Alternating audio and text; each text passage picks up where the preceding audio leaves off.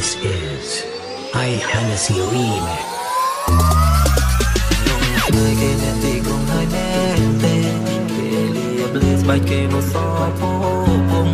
អនដើរគ្នាក្នុងផ្សារទំនើបជីបងទាំងថ្លើមក្នុងសងសងលេចពួតតែមានគេពួតតាមកាហ្វេជន់ចាប់ផ្លូវស្វែកក៏ខ្មៅមិនស៊ីវិល័យមិនត្រូវត្រែ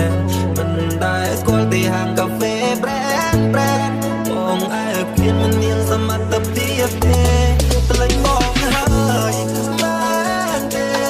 លេងបងហើយមែនទេទាំងថ្ងៃត្រង់បណ្ដាគេផ្លឹកឡើងនឹងស្នេហ៍ព្រោះតែអូនស្គាល់អ្នកទីក្រុង